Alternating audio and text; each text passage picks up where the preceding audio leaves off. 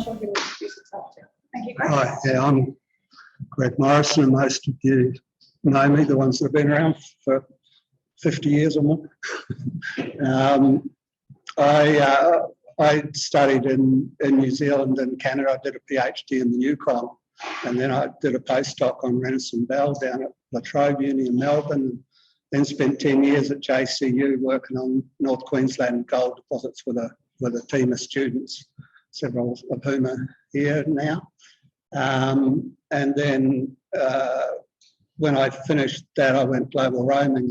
In 1991, I went global roaming, and I did that until 2010. And since then, I've been here in Townsville, working quite a bit with Simon Beams. We had several projects with the government to compile information. It was kind of a journey for us to go back to all the stuff we'd done in the 80s and revisit things and sort of put a new story together. But the reason I was inspired to come today, and I want to congratulate Rowena and her crew for initiating this, because like most of you probably, I've got a whole computer full of Zoom meetings or Zoom presentations that I want to watch that I never quite get to, but it's not the same as actually sitting in the room with the people and having a conversation face to face. So it's good news that we can actually get back to it. The inspiration for me giving this talk was a few weeks ago, the SEG published their new volume on gold deposits.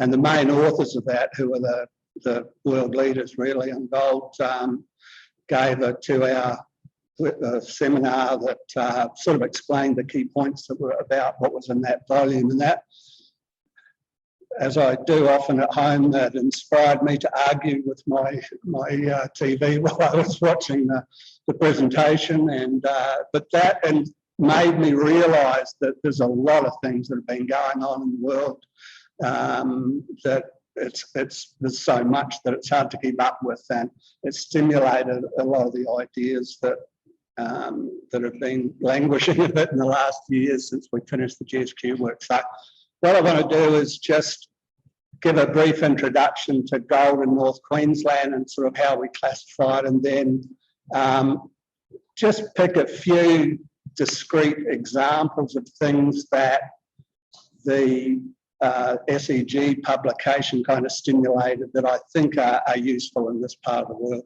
There's the two of my favourite things, visible gold and the Mineralization mine. It's probably the most spectacular of the aerial pictures, the mines in this part of the world. That's in the rehab stage. This is the diagram that kind of got me going. I've been following it for a long time. It originally was Francois Robert, and that was updated by Dick Silito in the new volume. And what it is a sort of a working compilation of the different types of gold deposits as we see them. This, if you look at the sort of the names across the bottom, it's a combination of tectonic settings and genetic types of deposits and levels of formation. So it's a little bit of a mishmash, but it's a good compilation of the different types of ideas that people have about where deposits fit. The biggest thing I noticed on this since with Dick Silito's update is there are a lot more intrusions on this than there used to be, particularly under the epithermals and with the new IOCG model here as well. Really the only one that doesn't have obvious intrusions is this orogenic one here. But the way I look at this is that there's about 4 fundamentally different systems here. The first one is this, what's traditionally called an orogenic system, which in most cases is identified as something that doesn't have any intrusions in it, or if it has intrusions in it, it's hard to see what role they play in the mineralisation. And this one here, this is a pluton where the mineralisation is happening in the subsurface without any connection to the surface. So the mineralisation tends to be, limited around that intrusion itself. Not many people acknowledge that that actually exists, and I'd like to explain a bit about that today. Within the things that are called sort of porphyry epithermal, so with the high sulfidation epithermals related to porphyry copper golds, that's probably the best understood system of all, just because there's been so much work done on those sort of things. What's unusual in here is they've now put in a Carlin model. So rather than Carlin being just epithermal and formed its surface, there's actually within the range of Carlin deposits, particularly in Nevada, there's a quite significant vertical range of formation of those deposits. So the relationship to the intrusions particularly has become much more of interest to the guys that study that. The low sulfidation epithermal is sort of as it is, where it's not entirely clear exactly how much role intrusions play. But I'd like to say where that's at. Stuart Simmons has a very good paper in that volume about the processes of mineralisation epithermals and what the role the intrusions might play. This is a bit of a furphy in here, but there is quite a good model. I don't know if you've been following it, but it's an incredible amount of information come out recently on Olympic Dam. They've had huge research projects, probably 12 or 15 PhD students, run by Kathy Ehrig out of the mine, and there's a phenomenal amount of information that has finally come back to the reasonable model that was the one that was being used in the 80s, that it's a Mar-diatreme complex. So in my mind, this model isn't really on the money.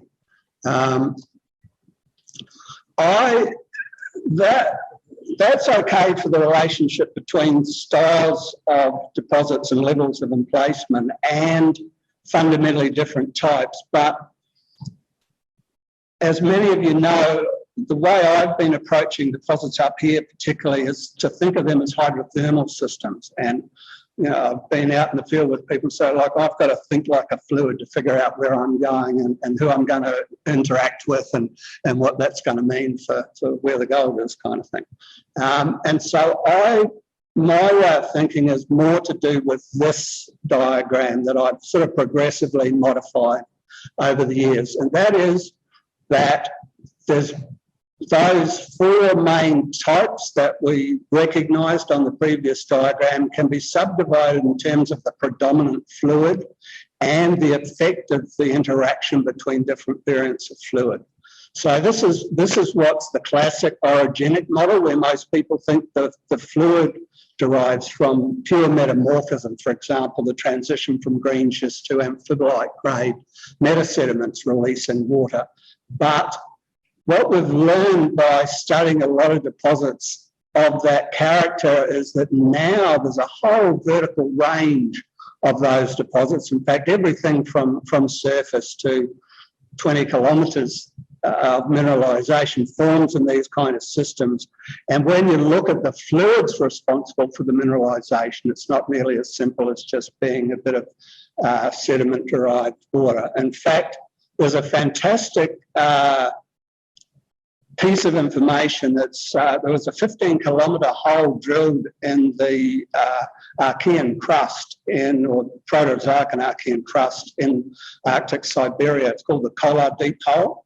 And what they found in that when they studied the fluids is that the water in the top 5 or 7 kilometres was kind of bath water. It's the sort of water we expect in a metamorphic system. But the deeper they went in the hole, the more they found the fluid was saline.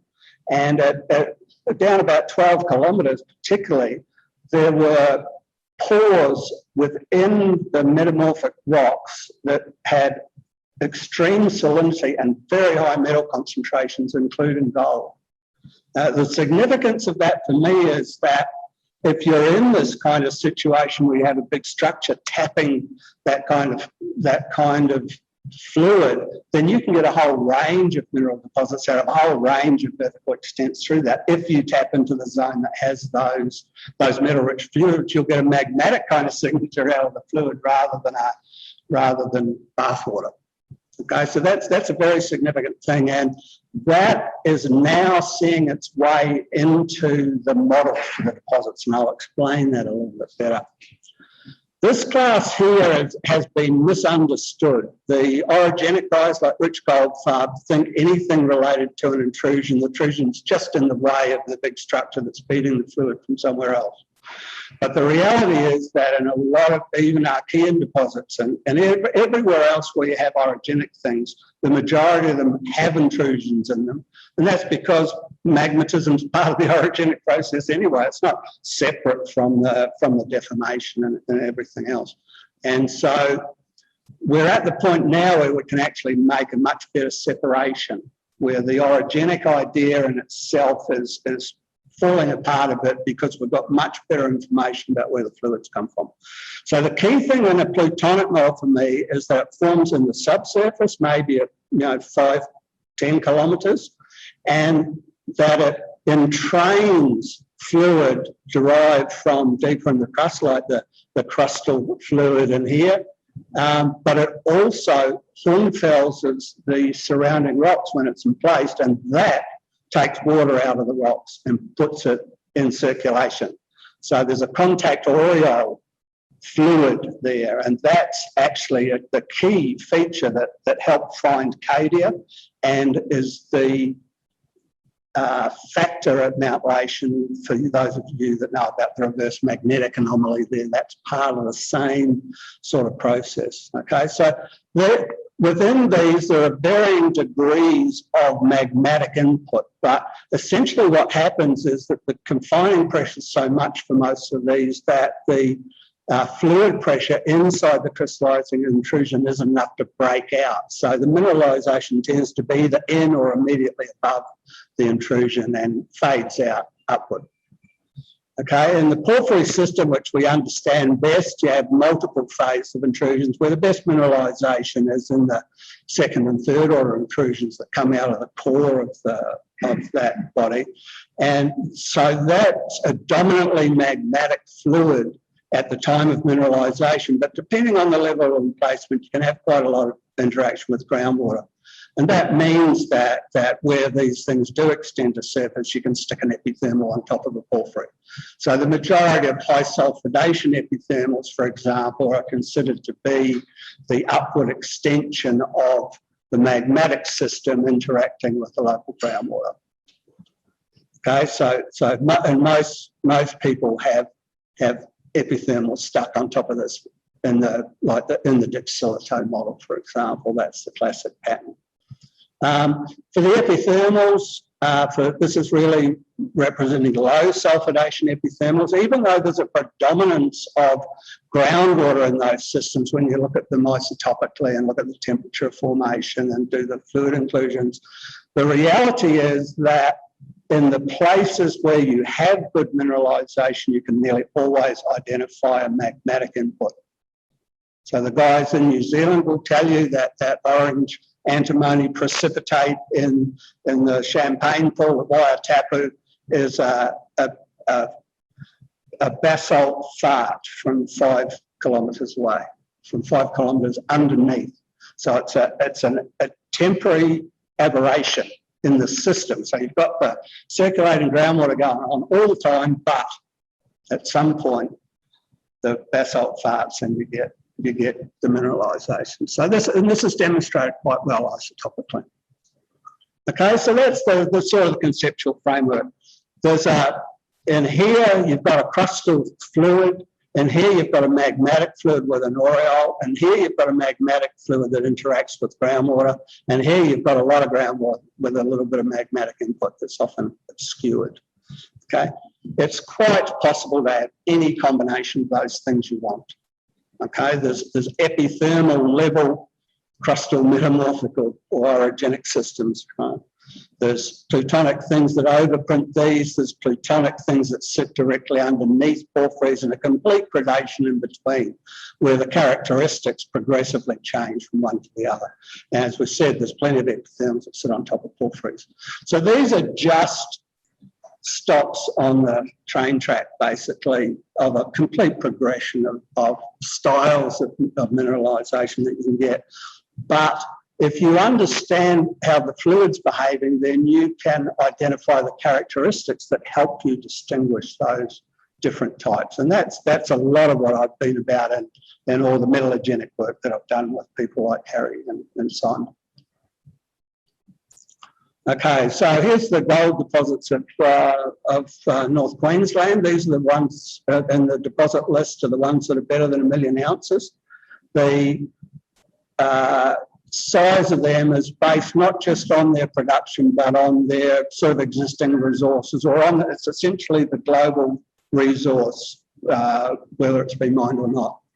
So nowadays, the biggest system that we know in this part of the world is actually Ravenswood. The production pattern is about 5 million ounces or so. Amount, yeah. Okay, but the rest is in the resources and reserves and the sort of the geological resource. Okay, and that's of some significance because Ravenswood is an enigmatic deposit in the model scheme. We've always had it in with the intrusion-related goals with Kidston and Mineralization and Red Dome and Mungana and Mount Wright, but there's some weird things about Ravenswood that need to be discussed. I won't go into that much today, but I'll hint at what might be going on. The epithermals are good. We now have, in addition to Bajingo, we've had significant production from Mount Carlton, but Mount Carlton is not really in North Queensland the way I think about it. It's in the northern end of the Barwon Basin, so it's part of the New England fold belt, which is kind of east of the area that I'm dealing with. But I put in here just sort of for completeness, but I won't talk about it very much. The way we deal with the orogenic deposits is to subdivide them into two types, and that's actually quite easy here. In Charters Towers and Georgetown and Croydon, those orogenic vein deposits are all hosted in granitoids and in the adjacent metamorphic rocks. Whereas in the Hodgkinson province, the host is metasediments. So the reason they're called orogenic is because it's hard to demonstrate their relationship to intrusions. But that's how we work through with the fluid ideas is how do we argue one way or the other about those things and what's the upshot of it. Okay, so here's the tectonics and geography, if you like. So the main components here are the North Australian craton, which has an Archean core, but mainly Proterozoic, older Proterozoic here. So this is Georgetown block here that you can see in this map as well. Here's the Thompson origin, which is essentially the continuation of the Lachlan in New South Wales and Victoria. Charters Towers is an anomalous block within the Thompson simply because it sticks out, because the bulk of the Thompson is underneath the Bowen and Galilee and all those other Mesozoic basins. The Mossman origin has a Proterozoic basement, which pokes out here and there, like in this Barnard province, but it's essentially Siluro-Devonian Carboniferous flysch, and it extends from up on the Cape down into the Broken River area here. Here's the New England fold belt, which comes to the coast just east of Townsville, and that has a basement of the Paleozoic rocks that make up a lot of this zone here, but overlain by a lot of younger Paleozoic, particularly Permo-Triassic, and then younger belts outward from that. So I won't be dealing with the New England today. The two bits that matter most in North Queensland in terms of the mineralisation is the Pama province and the Kennedy province. The Pama province is the Siluro-Devonian granitoids that are typical of Charters Towers and Georgetown and also occur on Cape York. Most of the intrusions are Silurian, but the ones in Lulworth particularly are probably Devonian, although there's a problem with ages that I'll talk about a little bit more. So they have a very distinct distribution in all the units except the Mossman origin, which is the Hodgkinson and Broken River provinces. Okay, so those granitoids are important.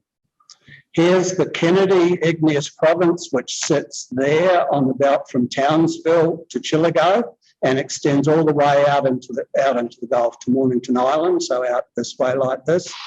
And that is a permo-carboniferous igneous province with granitoids, volcanics, and a lot of subvolcanic intrusions. And it essentially sits astride that major boundary here and is more or less a continuation of the carboniferous rocks that are an arc in the New England fold belt. They have nice andesitic stratovolcanoes, whereas in here, the volcanic complexes are big, formed in extensional basins, and they're big ash flow sag complexes, basically, and underlying batholith. So there's a fundamental difference between this part, the Kennedy province proper, and the equivalent rocks in the New England origin, and that these have lots of gold deposits and these have hardly any. And that's a curiosity. The other thing is that there's very little copper associated with this, where there's plenty of copper in this belt in the equivalent age rocks, but they're just not great deposits. Okay. So let's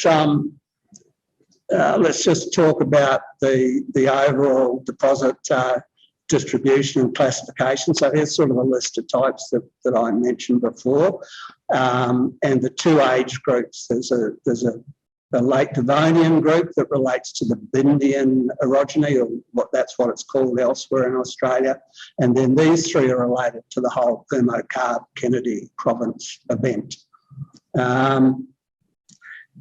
Here's a map just for a guide. So here's the Hodgkinson, Broken River, Hodgkinson, Broken River like that. Georgetown out here, Georgetown and Charters Towers, Lulworth here.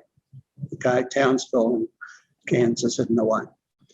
Okay, the fundamental types that we have in here are these orogenic sed-hosted in the Hodgkinson and Broken River or Camel Creek areas where the good deposits are. They're the grey spots on this diagram.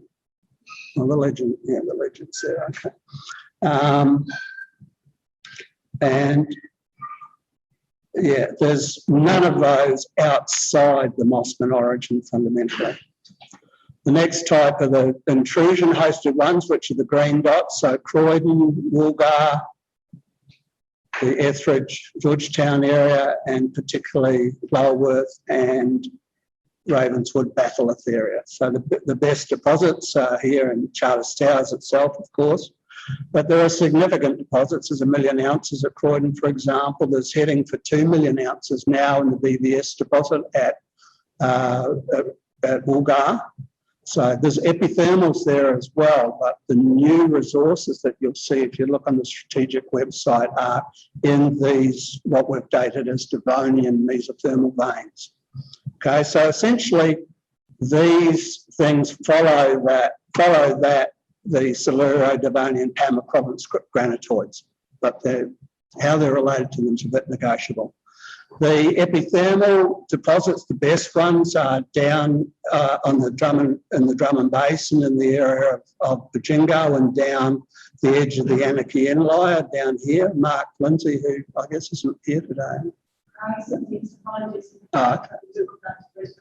He's been working on those. He's working on those now with Adrian Corvino, who some of you know.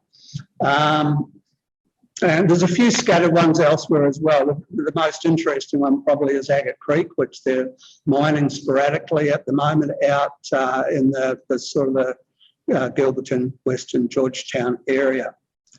The interesting areas for epithermals is actually where Agate Creek is. There's a significant structure that runs up here, and there's quite a range of epithermals along that zone, and they turn out to be Permian age, whereas Bajingo and the other ones in the Drummond Basin seem to be all early Carboniferous, about 340 million years.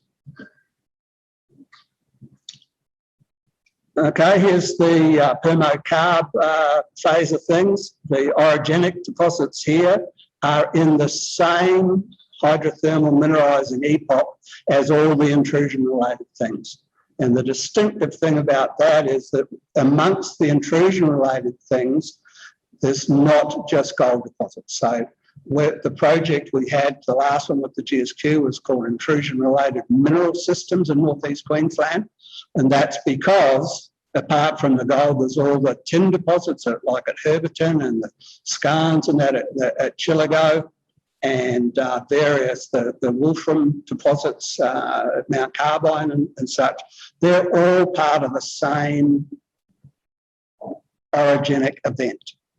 Okay, and the fundamental thing is that all the tin, tungsten, moly, bismuth sort of things are there and here. That is either in the Hodgkinson or on the edge of it or close to it.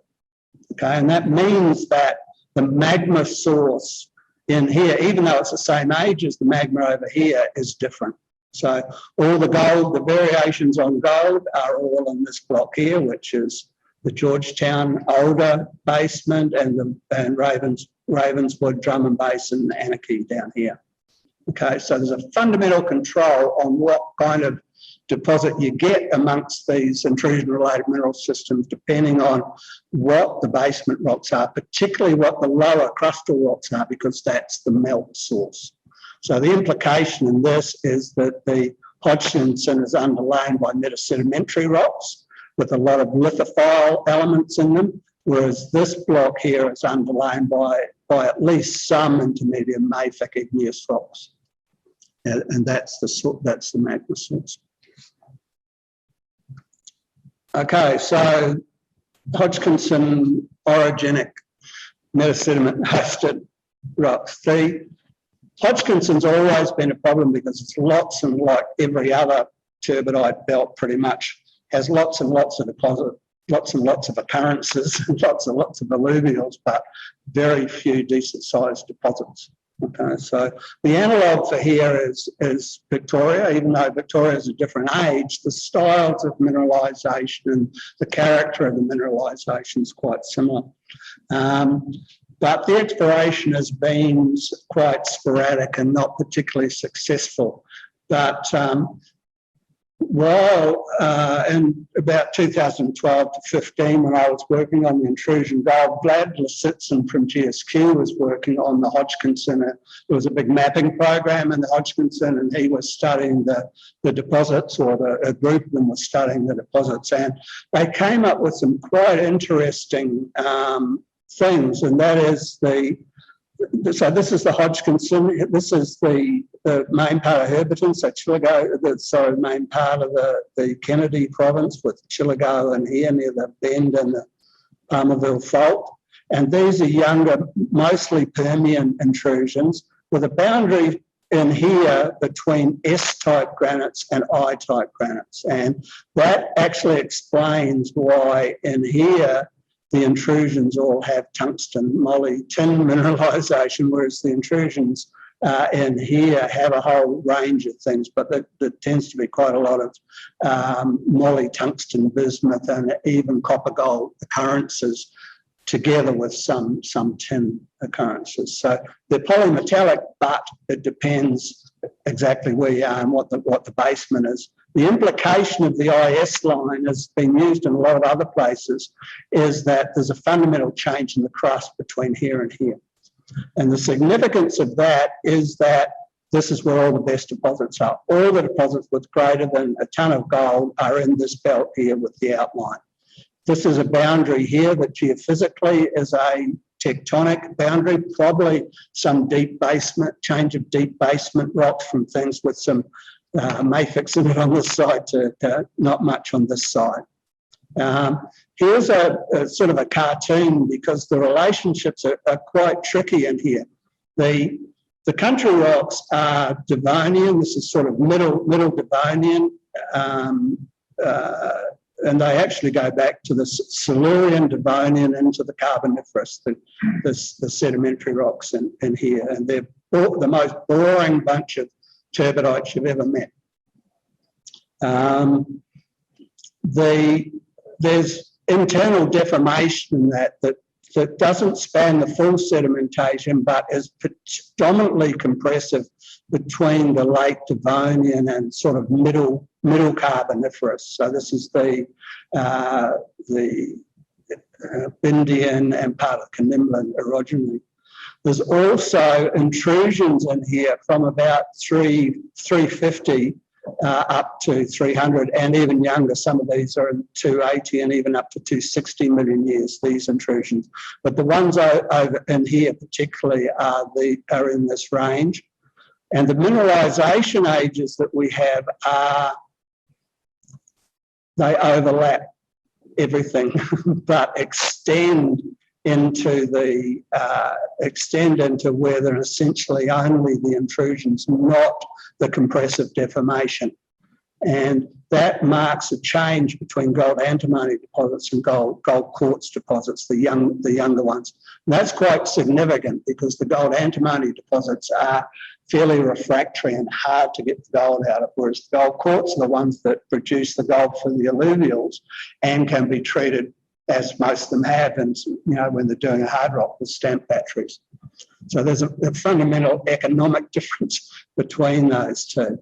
Okay, the significance of this is that the mineralisation, even though there's some throughout this whole block and the ages grade from oldest to youngest in this direction, the earliest mineralisation, it predates the granitoids, and the youngest mineralisation postdates the compressive deformation. So,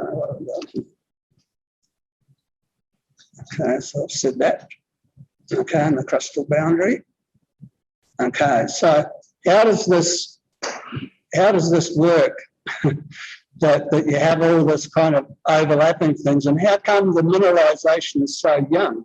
If this was a proper slate belt, most of the mineralisation should be in the initial deformation of the sediments. That is, it should go back almost to the Silurian. So when Vlad went there first, we've done a few dates in the 80s and thought things were Carboniferous. He said, oh, well, it's bound to be Siluro-Devonian, just like Victoria, where he'd come from. But when he did the dating, he found the same thing that we had, and that is that all the deposits are Carboniferous. So they're not related directly to the compressive deformation that mucked up the sediments. Okay, the interesting thing about that in real time, and this is beautifully illustrated by Steve Peters in his PhD that he did with us, is that when you go and map in the areas of the mineralisation, the internal structure is diabolically complicated. There's big melange zones and complex folds and all kinds of fold thrust domains that are very hard to reconstruct. So this is a mess. This is like a subduction complex melange, fundamentally, the geology of it.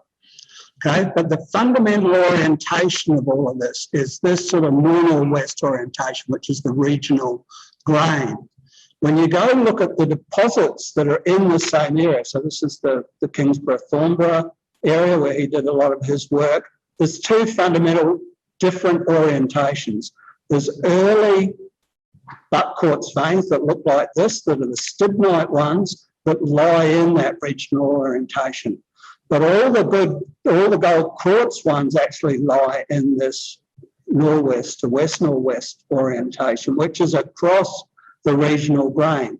So the structures that control this are using the old structures, but they don't follow them all the way. So you see that those deposits there, which are some of the best deposits, are in this segment of the melange, not in that segment. Okay, so they're very complicated relationships, and the deposits are mostly so small that it's very hard to make much sense out of them. But the fundamental difference between the northwest ones that have this brecciated butt quartz with all the stibnite and a new generation of quartz and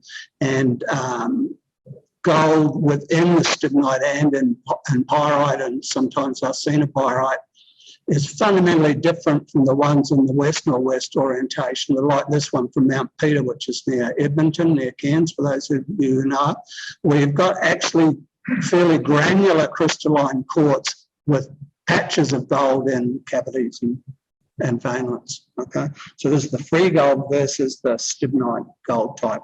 So the older deposits that are in the old structures are the ones that originate from the deformation, whereas the younger ones with the gold and quartz are the ones that overlap in time between the intrusion emplacement and the deformation.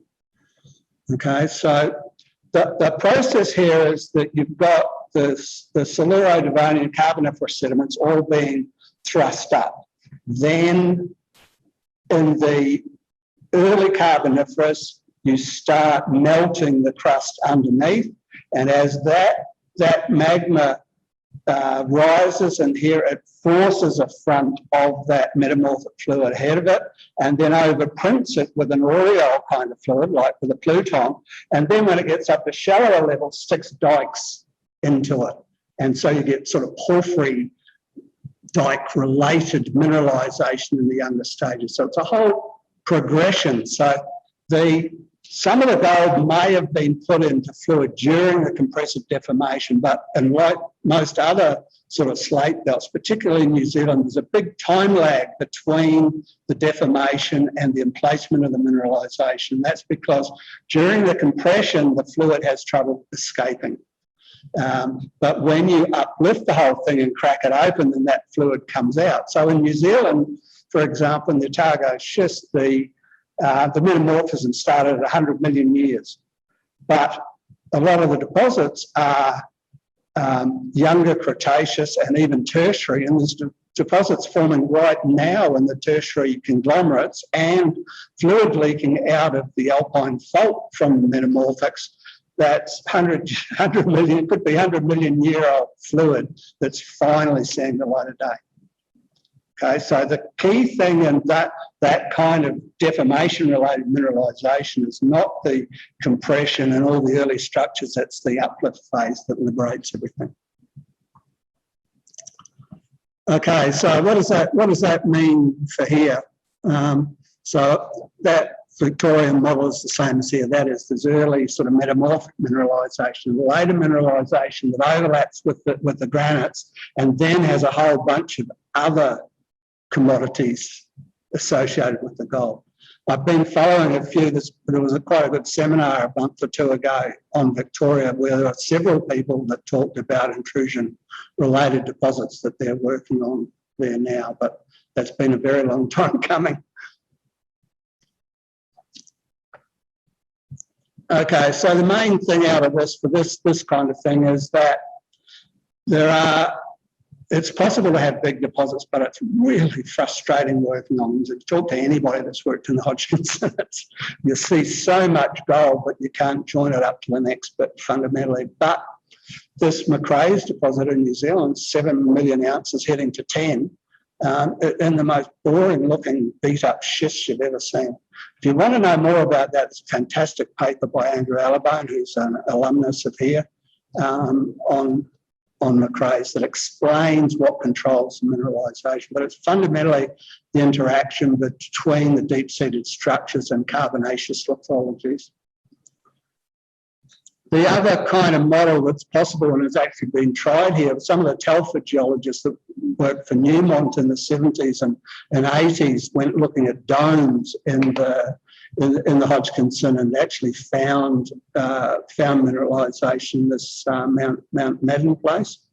There's also the possibility of high-grade mineralisation. Phosphorus the favourite model at the moment because the grades there are so spectacular and the production's enormous. But the kind of geology that creates the sort of traps that are there at Fosterville are probably better in the Broken River, which is much more open style of folding generally compared with what I was showing you from in the Hodgkinson. The other thing, and this one's particularly interesting to me, is that that there are deposits we know of already associated with dikes into the Hodgkinson sediments that have mineralisation, and there's a really good analogue for that in Donlin Creek in Alaska. So there's a 34 million ounce deposit that is in metasedimentary rocks intruded by a swarm of dikes, and the sediments are sort of alternating greywackies and shales.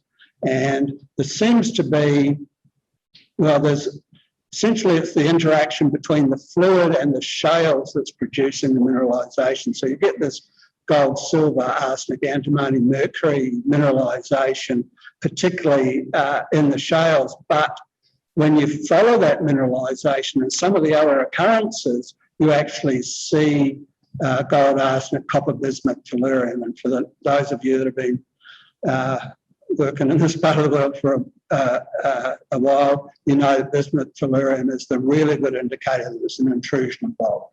So it's a no-brainer at Donlin Creek because a lot of the mineralisation is actually in the dikes, but because it's sediment hosted, it's got arsenic and antimatter. A lot of the orogenic guys have wanted to make this make it orogenic and have the mineralisation just happening to overprint the dikes, but it's quite demonstrable from the relationships and the age and the timing relationships that that's not the case. So I like the idea of this because there are quite a few places in the western part of the Hodgkinson in the I-type intrusion belt, which is much more likely to have gold, where you do have dike swarms with mineralisation. That the Retina occurrence in the Mitchell River is a good example. We have rocks that look just like Donlin Creek, or actually I should have put a bit of Donlin Creek in here as well, but fundamentally this is a bit from out of the electric light at Georgetown. This is a rhyolite with a whole set of little veinlets through it and late infill quartz, but an early infill of what I usually call silica sulfide that has, in this case, 70 grams of gold and quite a bit of silver in it. We don't really know the form of that, and I can't really remember the multi-element geochemistry, but it's an arsenic. It's an arsenic thing, isn't it? If I remember rightly. Okay, that's the kind of, if I saw a rock like that in the Hodgkinson, I'd be looking for the dikes. Okay, the other thing that's interesting from the SEG is that the new model for Carlin deposits are essentially an extension of what we've just been talking about in Donlin Creek. And that is that all the models now have intrusions in them. Whereas historically, when the mining was at shallow levels and when the deposits were first being studied, people found dikes, but they could never really establish the real relationship between them. But now they're mining underground and down, you know, I don't know, probably a kilometre, you know, Craig, but there's certainly lots of underground mines in that belt now working on breccias and stuff like that, where they've been able to establish this connection to the intrusions. And there's a range of types. There's some where there's an immediate relationship to an intrusion of essentially the same age, where you get skarns and stuff like that associated with them. You have ones like this, like the regular type Carlin deposits that have dikes connected to a mother intrusion. In some cases, these have been drilled, in others, they're geophysically identified. And then there's one, particularly the jasperoid types of deposits that are up in the shallower levels with no easy demonstrable connection to the intrusions, except that the multi-element geochemistry and the isotopic work suggests there's a magmatic component to the fluid. Okay, so what these are, what I would interpret these as then as in epizonal intrusion-related deposits where the dominant style of mineralisation is carbonate replacement in the classical Carlin kind of idea, or silica sill kind of thing, and in the deeper parts, breccias and skarns and veins and stockworks and stuff like that. Okay, so this is a major advance, and this is a good paper to read on that. This guy, John Munteen's been there in Reno for quite a while, and he's a really sharp guy, so I've tended to, I know from experience that he's a guy to listen to. Okay, so what about the Devonian orogenic things? Shit. You're in for a long evening. Typical Gregg talk.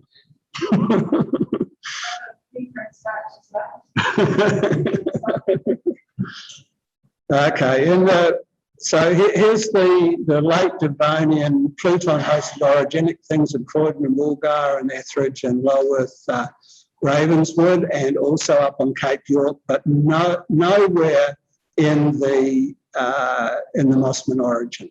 Okay, and where these are is following these PAMA intrusions. These are the Siluro-Devonian granitoids. A lot of them are granodiorites and tonalites and stuff.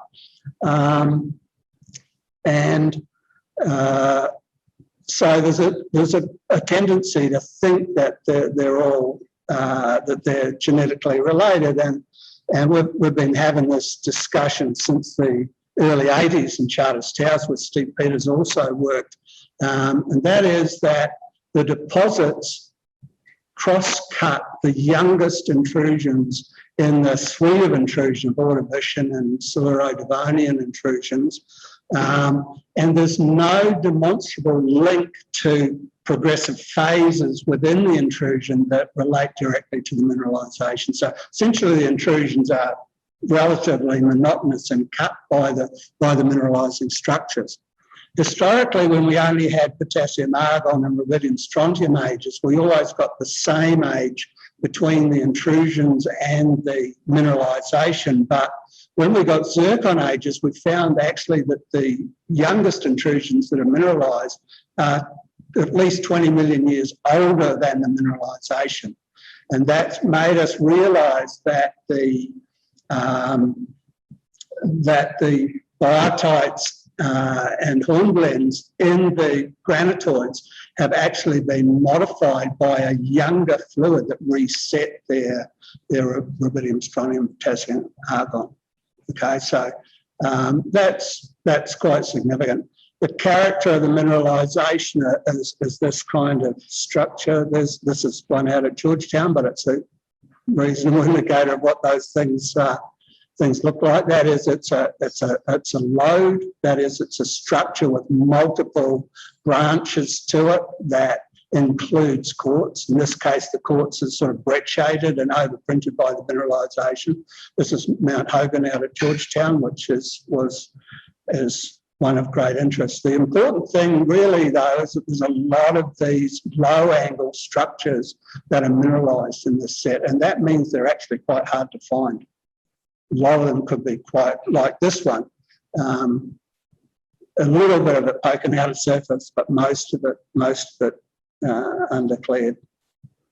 Okay, in the lodes at Charters Towers, there's quite a distinct zoning from cave feldspar to sericite type of alteration with a propylitic salvage, and also a mineralogical zoning within the lode with quartz and feldspar in the deepest part. So feldspar as alteration, infill in the veins, and then pyrite, and progressively more sphalerite to galena and chalcopyrite, with the best gold in that shallowest part underneath where the carbonate is. So this is a sort of a generalised model, but it's reasonably distinctive.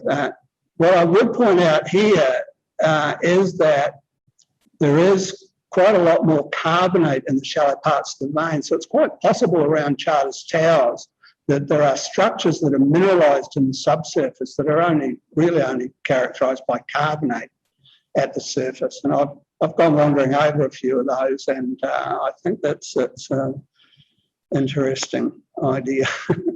Okay, so when that kind of zoning is a typical sort of declining temperature kind of zoning, and the precipitation of the galena and chalcopyrite, mainly in open spaces, indicates that there's a phase separation going on in the fluid. That is, it's essentially boiling that causes the mineralisation, and that seems to be by some kind of decompression. So what we've been able to demonstrate in quite a few places is that when you do the compressional deformation, you squeeze the fluid up the structure. But when the system gets exhausted and collapses back, then you fill in all these other structures with the mineralisation. So the best mineralisation is in the open space. There's a lot of rocks with shears in them, and the sulphides and the quartz are all sheared out, but they're the early pyrite and arsenopyrite that generally don't have much mineralisation. Okay, so the characteristic of these kind of things is that the gold is quite closely associated with the base metal sulfides, particularly galena and sphalerite, and to a lesser degree with chalcopyrite generally. Okay, there's the kind of structure that those things are. This is the deformed quartz. This is one from out at Georgetown with 25 grams in it, where the gold is only in those dark patches and structures, right? There's stylolites and veinlets and cavities that are part of the deformation of the quartz. So the other components, so that's these things like this. Here's the original quartz, but these greyer bits like this and this are actually new crystalline quartz veins that form at the same time as the mineralisation. And a lot of this quartz, people study this quartz and think that the gold in the quartz are cogenetic. But this kind of mineralisation is actually dissolving the original quartz, so it's not actually in equilibrium with it. So, and this could happen any time after the actual quartz is formed. So lots of ancient quartz gets this kind of thing as well. Okay, here's a bit of the high grade from Charters Towers. So here's the kind of shear structure. The pyrite here is reasonably deformed, and this quartz sort of sheared out and brecciated in here. But here where the galena is pure open space with late carbonate. And here's the gold. The gold is free and then fractures through the pyrite, and in here on the grain boundaries of the sphalerite galena.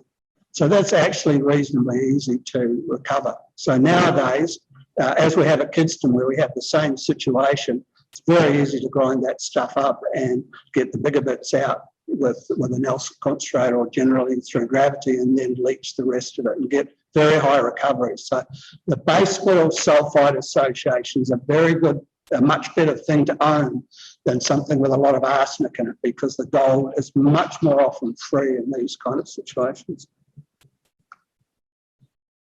Okay, so here's sort of the ideas about the models for this. Originally at Charters Towers, because it was in the granite, it must be related to the granite, but we could never demonstrate that. So when Steve finished his PhD, we could never be sure of what was going on. But I actually went to quite a few places in the world and looked at deposits in granites and discovered that there's actually quite a few where you can demonstrate the relationship between the granitoids and the mineralisation. One of the best ones that I spent quite a bit of time on was the granites tanami. In the early days out there, we didn't know what was going on, and it turned out that the mineralisation is essentially in a structure with quartz veins, where if you follow the quartz veins down, they change into quartz feldspar veins and then into pegmatites and aplites, and that they actually root in granites. So you don't see that in all of the deposits. In the best deposit, Kelly, they may have it now that they're drilling 2 kilometres or whatever, but historically you couldn't establish that relationship. But if you look at the range of deposits in the district, where that's quite a reasonable idea that mineralisation is related to the granites. The mineralisation mechanism seems to be, it's a little bit like this model for Telfer, where you have some kind of dolerite sills and shales at shallow level, and the fluid, the magmatic fluid that's coming up with those quartz and feldspar veins, when it intersects that trap, it blows out into the shales, and the reaction between the fluid and the shales precipitates out the arsenic, particularly initially, but then a little bit of base metals and a lot of free gold. And in the underlying sequence that's relatively boring turbidites, there's free gold in those structures. It's quite spectacular. Okay, so it's quite possible. This is a good paper on Telfer that consolidates ideas that have been there for quite a while by Alan Wilson, and Nick Lissawick was involved in this is in this paper and is actively working out there. The other model for these kinds of deposits is the Dave Groves orogenic kind of model, where there's a crustal scale structure that happens to cut across an intrusion. The intrusion might be contributing some fluid into the structure, but it's a bit sort of nebulous what it's actually doing. So if you take that at an extreme, you would say, well, the gold must be originating down here somewhere in the granite. Doesn't really have much of anything to do with it.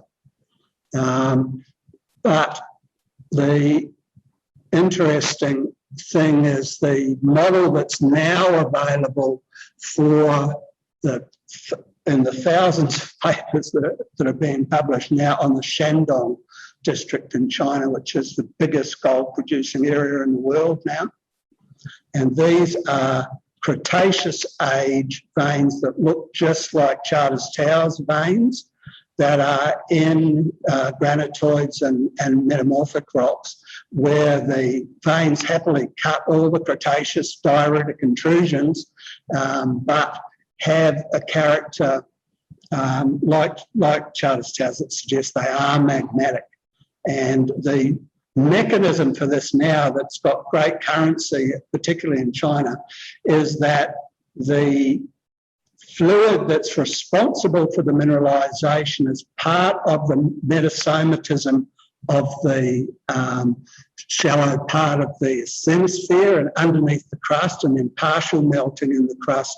And those two, the magmas derived from that metasomatism, progressing up into sort of mid-levels of the crust. But that process was initially driven by subduction, but the subduction was truncated, and a segment of the slab that was driving the fluid migration in here meant that whole process essentially stopped, because the driving mechanism and the subduction stopped. And that meant that the intrusions and the fluid that was progressing through the crust with the intrusions all got stalled, because the driving subduction process finished. If it had continued, you would have ended up with andesite stratovolcanoes, but instead you end up with these sort of diuretic intrusions. So the implication of this is that it's orogenic and magmatic at the same time, and that the origin of the fluid is not within the individual intrusions that are right there hosting the mineralisation,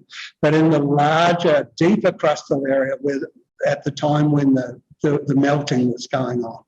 So you have the melting creating the magmas, but large-scale metasomatism of the surrounding crust and the fluid permeating up related to that. I'm not explaining it as well as I could, but there's an incredible literature, and this is probably the best explanation for Charters Towers now, as far as I'm concerned.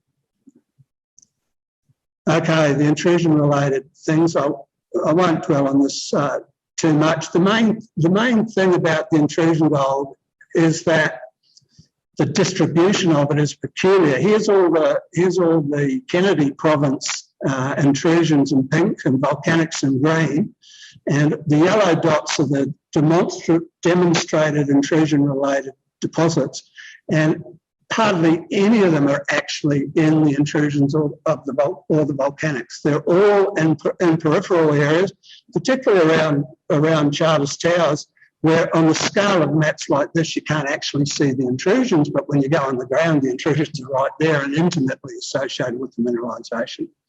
But what that means is that where you've got a batholith intruding its own volcanic ejector, there isn't much of a subvolcanic zone in between. But out on the periphery, where you've got structures that are localising those magmas, the intrusion gets up to porphyry level and then and has dikes and stuff like that, and they're what actually drive the mineralisation. It's not the batholith itself, but the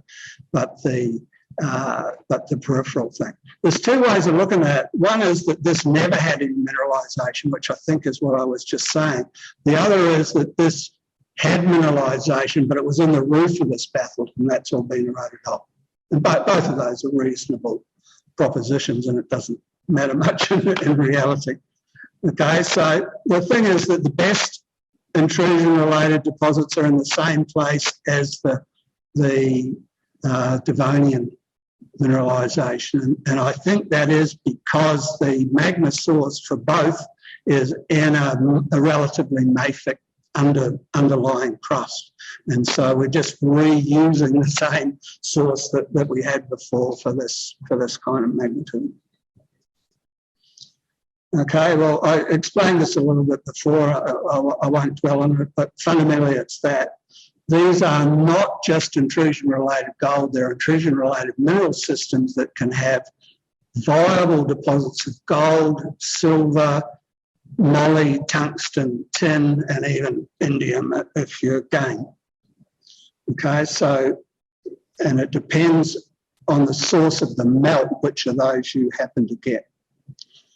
The other thing that's important in that context as well is that even at the scale of an individual pluton, there's a lot of variation in the potential of metals that you can get. This is an example that we put together when we were working for Cyprus out at Chillagoe in the Cardros mountain-made area. And what we realised there is that when you have an intrusion that's fractionating, that is, that it's crystallising high temperature phases and progressively accumulating low temperature phases in fluid, that the expulsion of fluid from each of those phases as it progresses can produce a different composition of mineralisation. Fundamentally, it is that when you're with the most mafic phases, you tend to get copper and tellurium. When you're in intermediate phases, you get tungsten, moly, bismuth. It's still with a bit of bismuth and tellurium. And when you're with the most felsic phases, you tend to get tungsten and tin and moly. So what we're saying here is this bismuth tellurium all the way through this, and that shows that it's magmatic, but the more fractionated phases have more lithophile mineralisation. So if you're looking for gold, you want to go and find the most mafic intrusion to be a driver for that kind of system. The other thing that's interesting and turning out to be quite useful here now is that in a number of deposits, particularly the ones southwest of Ravenswood, we've been discovering that there's many places where there's actually two types of mineralisation coexisting. One is rhyolite related, in this case a breccia that has moly tungsten mineralisation and no gold. And the other here is these gold, copper, tellurium, bismuth things that are associated with these essentially with a swarm of east-west andesite dikes that have gold mineralisation associated with them. If you look at the mag for this complex, there's actually a big reverse anomaly underneath the three sisters, which shows you that there's actually Hornfels aureole around a mafic intrusion underneath there, which is probably the source of the dikes. And it was actually a target for exploration that Newcrest did in this part of the world when they made this realisation. This is actually a typical situation globally where you have fundamentally extensional tectonics going on. And that is that instead of the mafic magma that originates, in the metasomatized mantle, and the crustal magma and the felsic magma that derives from melting of the crust, in an island arc, those two mix together to produce an intermediate composition andesite. In an extensional situation, both magmas kind of zoom to surface up the structures, so they don't have the time to mingle nearly so much. So you get this kind of bimodal with a mafic and a felsic intrusion. So like we're showing at Three Sisters, both of those intrusions can be mineralised just with different elements.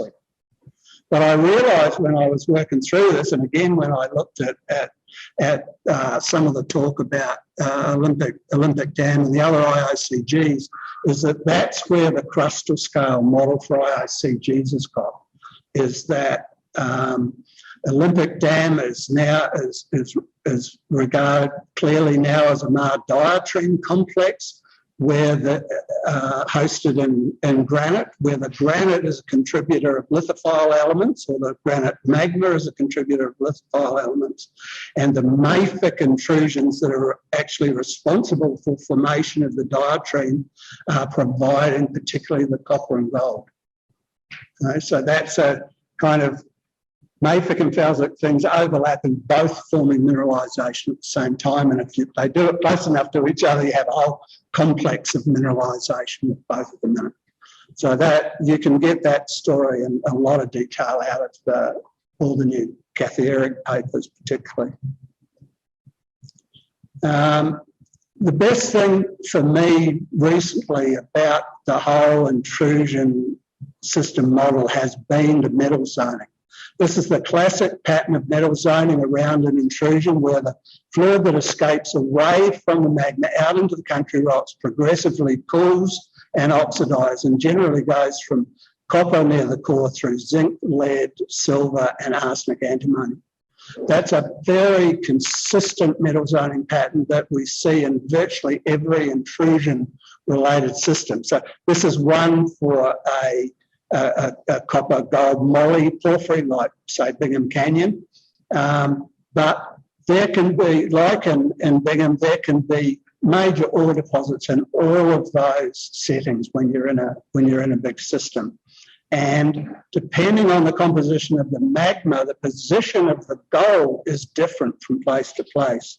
So here's the example from Mount Wright, where we've done a lot of interpretation of the multi-element geochem.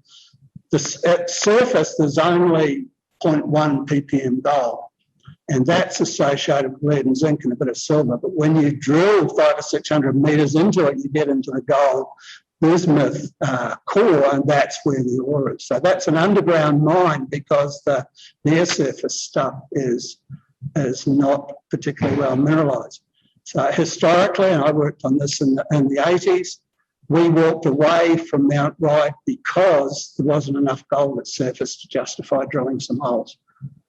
Right? But the guys that had the courage, the MIM guys that did it, found this ore by drilling deeper holes there. And in retrospect now, we can understand that in this kind of system, the best gold is actually with the bismuth and copper, and not with the lead and zinc.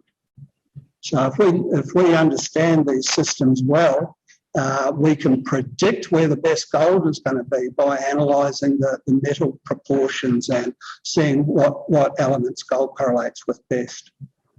So we've actually built this into a whole table. That is, these are the different kinds of porphyry deposits. So porphyry copper gold, porphyry copper moly, porphyry moly tungsten bismuth and tin. Progressively more felsic intrusions, progressively more reduced intrusions, and distinct metal zoning patterns that have the same gross character, but where the gold is progressively in more distal parts of the system. Okay, so for example, in Kidston, the gold is best with lead and zinc, whereas in Mount Lation, it's better with copper, and in Ravenswood, it's with copper and gold.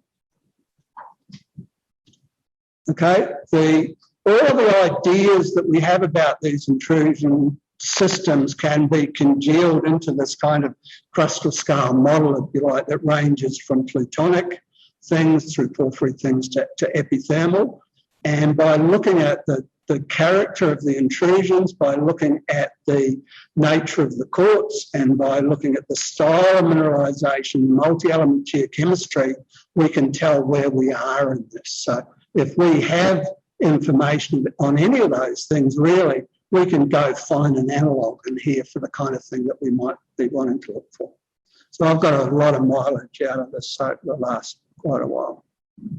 Can you tolerate 5 minutes on epithermals? Right. Okay.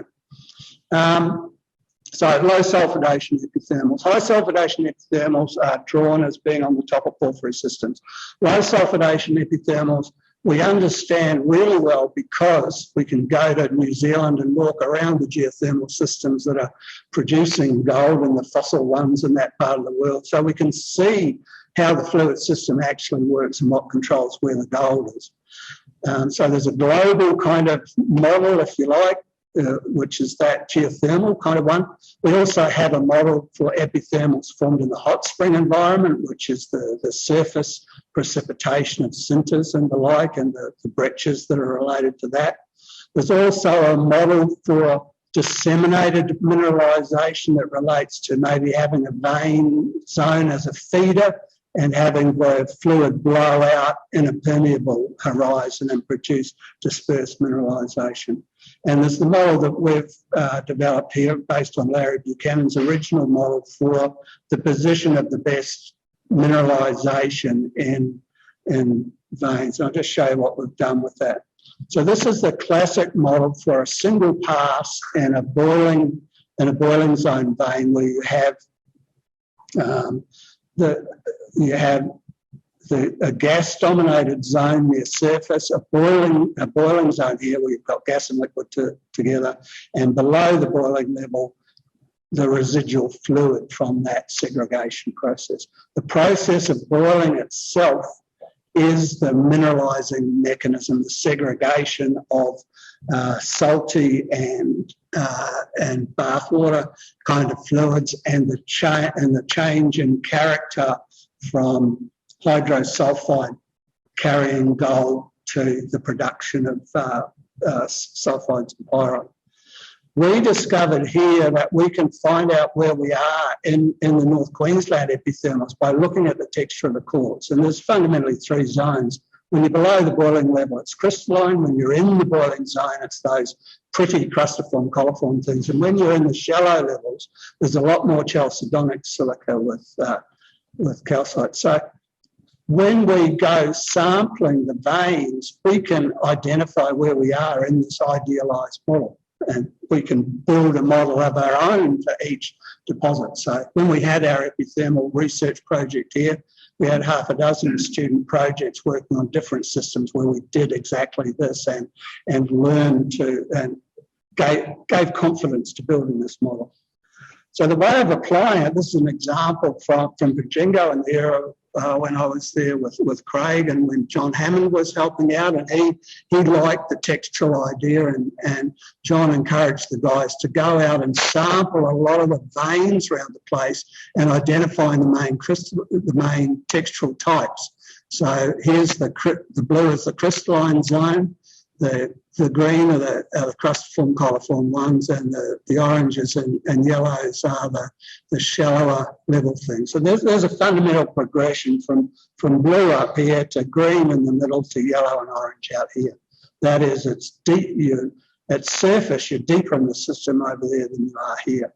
The best deposits are these ones in here in the crustiform, coliform zone, and the new discovery, which I think is the old moonlight occurrence they're now working on. Are there any Virgingo people here today? So that's where most of the work's going on now. There's still production in the mine, but I'm not exactly sure where the project's at in that. But that's essentially a hot spring system underlain by veins, where the veins are quite high grade, and they've gone into them. Okay, the other thing that's interesting that's really well explained in Stuart Simmons' paper in the SEG volume is the two fundamentally different mechanisms of precipitation of gold out of the fluid. So this, in the top row here, this is the champagne pool on a bad hair day. Okay, so normally the champagne pool looks like champagne. And this one, this is all sulfur that's in suspension in the fluid. This is, I'm not exactly sure what this is, but it's probably got some manganese in it. And the little bit of orange there is the famous antimony precipitate that in the champagne pool has 80 grams of gold in it when you sample that kind of stuff. What Stuart's identified here and what has been recognised in quite a few different deposits is that when you're in this kind of bath water, but you have all these things in suspension, eventually the dissolved particles and anything that's in ionic form accumulates around some kind of core. So you progressively crystallise things through sort of gel, through amalgamation of the components into discrete bodies. So the common character of those is to have this spheroidal kind of texture. So if you look, for example, if you rip open a bag of silica gel, that's what this is. Silica gel is quartz with some water stuck in the lattice, so the lattice is not stable. If you put your silica gel in the oven and heat it up, it'll crystallize out as silica because it expels all the water. But when it's in gel form, it absorbs the water. That's why you use it in your camera case and stuff to keep everything dry. Okay, so that's the process that's actually going on. But this formation of colloids applies to all the elements there. So when you get one of these basalt farts that provides all the arsenic and antimony in co, those things precipitate out in colloidal form. And that'll be the silica, and in this case, the antimony oxide, but sulfides do the same sort of thing. So it's common to find ores, and there's some spectacular ones, particularly at Sleeper in Nevada, where you have essentially this, what we call moss texture in our epithermal veins, applying to the sulfides as well. And where those sulfides, you can probably see it in here.